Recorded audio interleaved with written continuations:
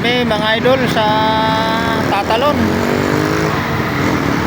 Pinagpaplanuhan pa kung saan kami pipisto kasi medyo magipit yung karsada. Doon sa may gate doon. Yung bako hindi pa lumalabas. Ito naman yung trailer. Kaya lang ito, karsada na to. Nag-cross siya. So, paano yung discarding gagawin ng driver? Nandiyan na yung driver.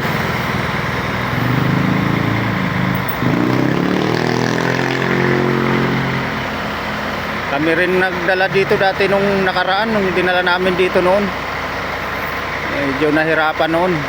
Ngayon, kami rin lang din ang kukuha. Medyo pahirapan pa rin.